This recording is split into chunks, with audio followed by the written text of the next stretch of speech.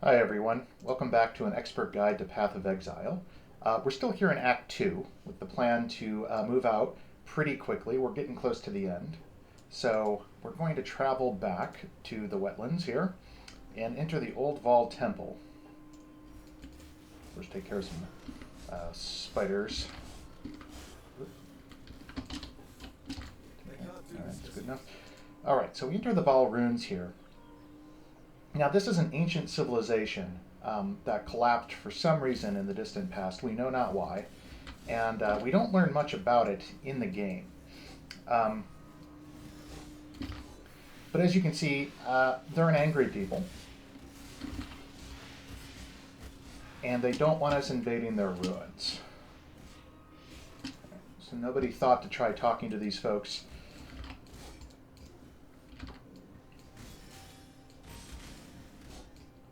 Okay, leveling up. That's looking good here. I'm just going to leap slam over here. Ignore those scorpions. Kill those Vol archers. Now you might notice that my item drops are a bit different. So I'm using an item filter. In this game, a lot of items drop, and it's very tedious to work through all of them, especially when you get into the later game and the drops increase greatly in quantity. So you don't want to spend time sifting through every single item. So a loot filter, which you can download, it's very simple. No need to explain how that works. But you download the loot filter you want or create your own. And it doesn't take that much to do. It's convenient to have your own. But even if you just download a pre-made one and rely on that, it saves you a lot of time because you don't have to investigate each item in detail to find out if you want to keep it. Now, it is possible, and in fact likely, that some of the items hidden by your loot filter are going to be amazing items, right? And that may trouble you. So you might get a mirror to drop, you might get a perfect high-level weapon to drop that fits your build exactly, that people in the game would pay dozens and dozens of divine orbs for. But that's just part of the cost. So for the convenience, you just have to give up on those items. Here we'll open the ancient seal. That seems like a smart thing to do. And then continue on. So although you will in fact miss at least one or two amazing items hidden by your loot filter, the time that you save, right, and the convenience of just not having to worry about it is certainly worth it. So I do recommend that, getting a loot filter. Use whatever one you want. If there are any questions about how that works, hard to imagine, but if so, feel free to drop a question in the comments, and I will try and respond. Okay, so we made it through the ruins. We opened up this very dangerous seal. Some sort of black spirit escaped.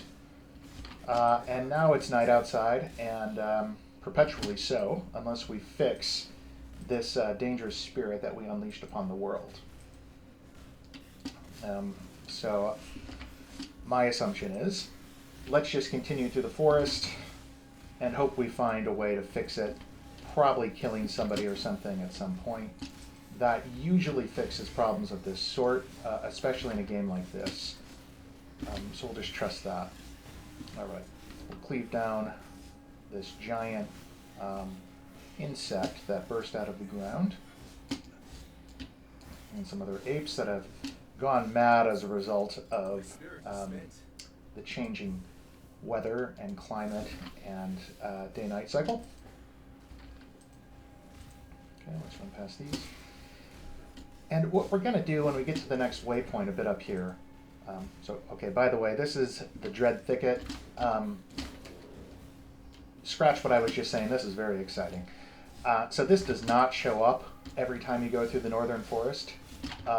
It will be a crucial area in a future act, but typically in Act 2 you don't see it. It's extremely unlikely, so we have to go in here and see what we got. This is truly exciting. So as you can see, we are in this thicket that may as well be a cave.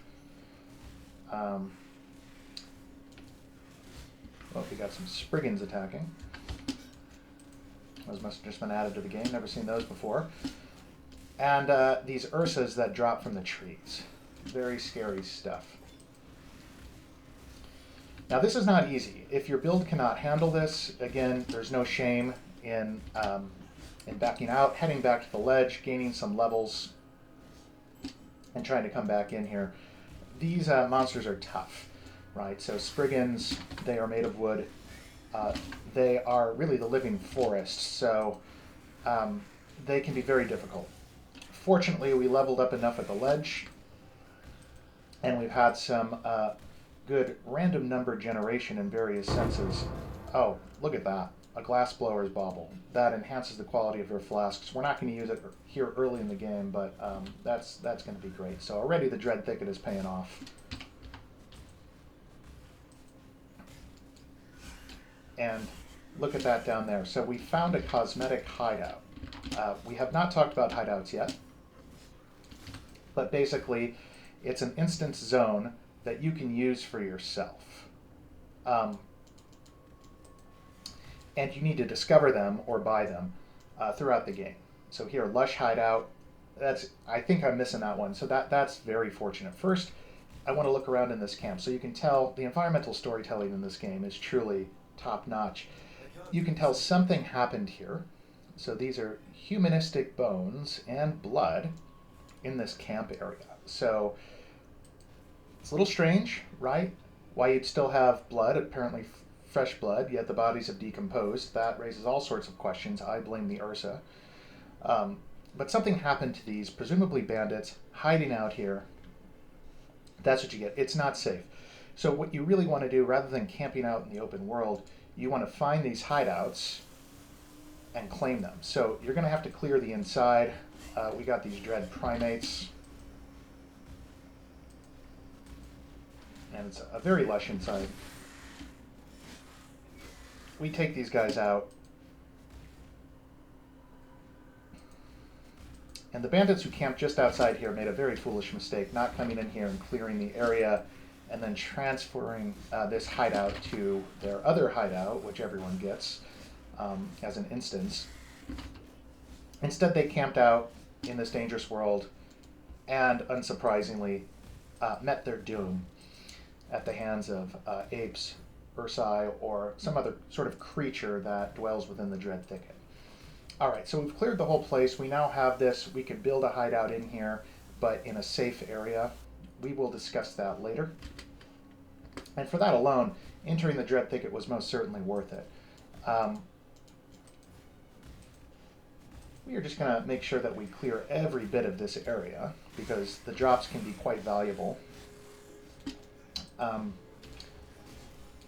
It's not verified that all side areas have better drops than the main act areas, but in my experience, it's pretty clear that they do. And at the very least, the Dread Thicket has some of the best drops in the game. I wouldn't recommend leveling here because it's not super fast. You're still better off going back to the ledge, honestly, at any level, as we've said before. But if you are looking for especially good items, including some very rare drops and hideouts, then this is the place to be, at least until you reach endgame. At that point, things arguably change. Some folks will tell you with a great deal of confidence that it's not worth your time in endgame going here. I'm not so sure. It's definitely debatable, and it's probably not the very best, but it's certainly worth your time, and you can certainly get good drops even at level 90 plus. So coming back here is not a bad idea at any stage of the game. Okay, so we're going to pick up this broadsword and an orb of alchemy. I told you, this area is just amazing for the drops that you can get. And you stumbled across a Vol side area, which is, I'm trying to contain my excitement here. This is truly, truly an amazing occurrence. You're not going to get this lucky almost ever, but sometimes it can happen. So we're going to head through here.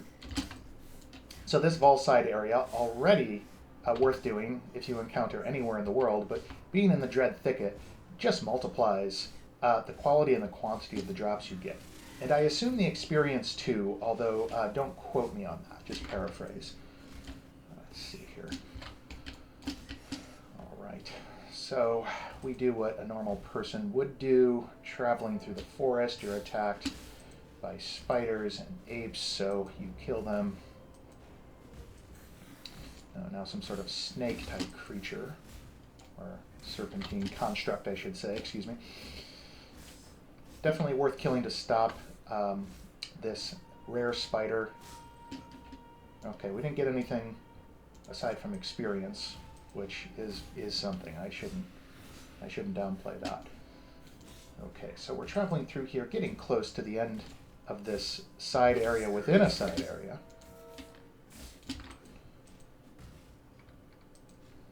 And here we are at the end. Okay. Surprise attack. We got the jump on him. This guy, he's not fighting back. Alright, that's disturbing, but he did drop that item. So we'll take that rare chest armor, hit the vessel. We got Vol Burning Arrow. We got a two-handed sword, Orb of Transmutation, Smite Domination. This is great stuff. We're going to take all of that. Leave the normal items. Okay, so now we're back in the regular Dread Thicket. We are going to continue and full clear, or close to it, the entire area.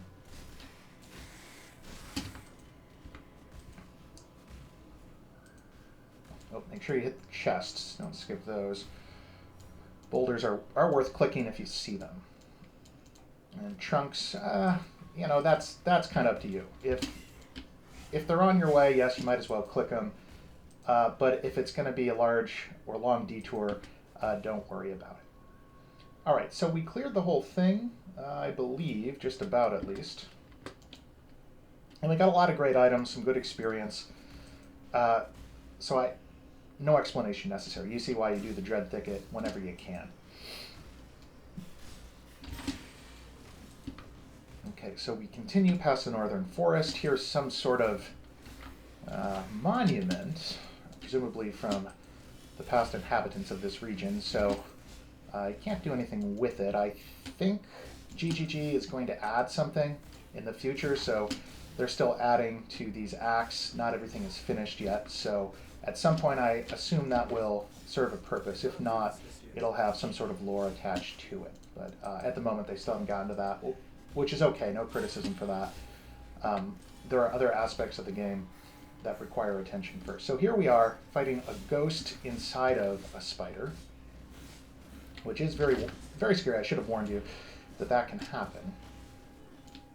All right, our inventory is pretty close to full, I do believe, so I won't pick up some of those items here. Even though they're rare, you can see they're kind of faded out a little bit more. That indicates that according to the loot filter, they're probably not as good as some of the other things that I've picked up. So we can do without them. Again, there is a chance. The loot filter does not tell us what the actual affixes are on those items. It just looks at things like the item level and the base. And from that, gives you an idea as to whether it's worth picking up or not. It could be a poor base, but still have amazing stats. So it's not a waste of time to pick up everything and go back to town, because you will eventually get lucky and that will pay off. But here, for the sake of trying to get through this in a reasonable amount of time, I'm just going to leave them on the ground, right? So don't do as I do, right? But do as I imply. Okay. See here, I'm going to switch to Blood Stance. Yeah, so we have now, oh gosh, squids, okay.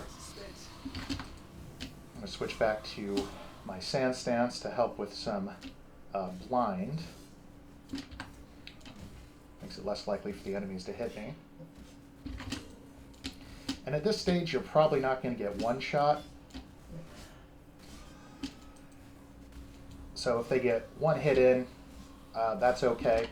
But if I can reduce their accuracy, as you do with blind, then it's unlikely they're going to get in enough hits quickly enough to kill me. You can see things are going great here. Take out this ghost pirate. We've seen enough of their kind. And continue on here. Yeah, honestly, this zone's a bit scary. You have the ghosts, you have the purple lighting, you have these teleporting squids. So I can't blame anyone for just running through as quickly as possible. So I'm going to do that just to demonstrate things. All right, so you see here we've made it through the cave. We've come to more ruins, presumably from the Val civilization. I'm going to head back to town. Oh, actually, I entered my hideout by mistake, so I might as well tell you about this. So here's a hideout that I've set up from previous playthroughs. We got some books, which are nice. We have a map device, which shall be explained later. Some NPC friends, crafting stations. We have a zoo over here for our animals. So you can see I have creatures with pincers hanging out in there right now. My frog is there as well. So my other frog and turtle say hello to them. We got a well for fresh water. And over here, I blocked up the entrance so we're safe.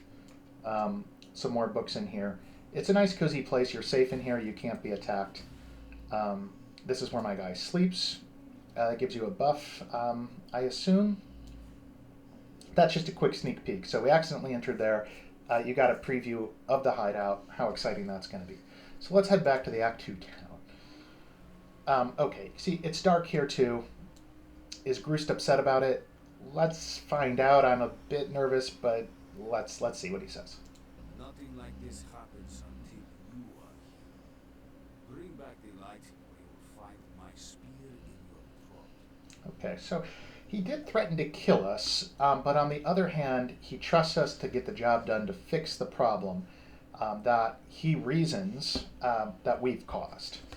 Now, his reasoning is a bit suspect. Groost says, you showed up, and then, what, a few hours later or a few days later, not sure how time works within the game, we have this eternal darkness that plagues the land. And he reasons, well, it must be caused by you. Okay, he happens to be right, but I take issue with his argument. So just because something happened after something else doesn't mean that that thing caused the other thing, right? That's what we call a post hoc ergo propter hoc fallacy, right? It's a logical fallacy. A bit disappointed that Groost would make that mistake. And even though he happens to be correct, yes, I am the one who caused this, he doesn't know that, right? He doesn't have a good basis for thinking that. He doesn't have strong evidence. So the mere fact that he's right, really it's little more than a lucky guess based on some bad reasoning. So I'm going to forgive him. He struggles a bit with some of those elementary rational procedures. So we'll give him a pass for that. Won't take the threat to our life seriously. I'm sure he will recover. Once we fix this problem, he'll be on board again, and we shall be friends into future acts, I assume. All right, so let's identify the items that we picked up. Let's go through them all. I'm going to want to look at each one. So first we picked up a better life flask, so we'll replace our old one and just dispose of it. All right, so we got a rare helmet. Yeah, that's not especially good. Let's see, my weapon is 30 to 54 physical damage. That's still probably going to be the best that we got because of that special vendor recipe we did. So let's sell the weapons. They are not better than what I have. The armor wasn't very good. Now the amulet will be worth it because we have this normal amulet, which I'll just sell now because we'll replace with the rare one. And there's nothing especially good on this new chest piece, so I'm going to keep the old one because it has 3 links, which is very useful. So we go here. Let's equip that. And we are in decent shape. So the other people are distressed, of course, by this new horror that has swept the land. We're going to fix it. All right, so our job is to banish the darkness. Last thing that we're going to do here is administer some skill points. So you remember we were going to take this. That melee skills have 12% increased area of effect. That's not crucial, but it's nice to have, so we're going to go ahead and take it. This is for two-handed melee weapons, so it doesn't help us. And you can see we're going to get, or have the option of choosing some weapon-specific nodes. Now, we're going to try and avoid that in the early game because you don't know which weapon types you're going to find that are useful. But later in the game, we will specialize in a particular weapon type. We haven't decided yet what our main skill is going to be for the end game. If it's a sword, we could end up grabbing these sword nodes. That will be helpful. If it's an axe, we don't want to do that. Instead, we might go for some of these. All right, so we still have 2 points left. Let's see if we have any melee. So we are going to go with some kind of melee character. So there's a critical strike chance and multiplier up here. That will be useful later, but not early on, typically. The shield. Okay, this is two-handed, so we don't want that. And that's melee damage, right? So, all right, so what I am going to do is I'm going to start heading down this way because I want to get some of these shield nodes down here. We're going to go with a block build, and because of that, we're definitely going to want these. So we're going to start moving that way. Okay, so we'll take 40% increased defenses from our equipped shield, and attacks deal 12% increased damage. We'll take both of those. And then we are going to come down here, and we'll have to decide the optimal path. We could go this way and pick up some stuff. We could go down this way and get something with frenzy or endurance charges. We'll explain what those are. But most likely we'll come down this way. So we can grab these melee nodes and some or all of these shield nodes. But for now, we still got some points before we can do that. Okay, so we're going to leave it there. A bit of a cliffhanger, I'm sorry. Next time, we are going to try and cure the land of this horrible plague that has befallen it. As Bruce says, because of us, although he's not justified, but he's correct. I'll see you next time, and take care.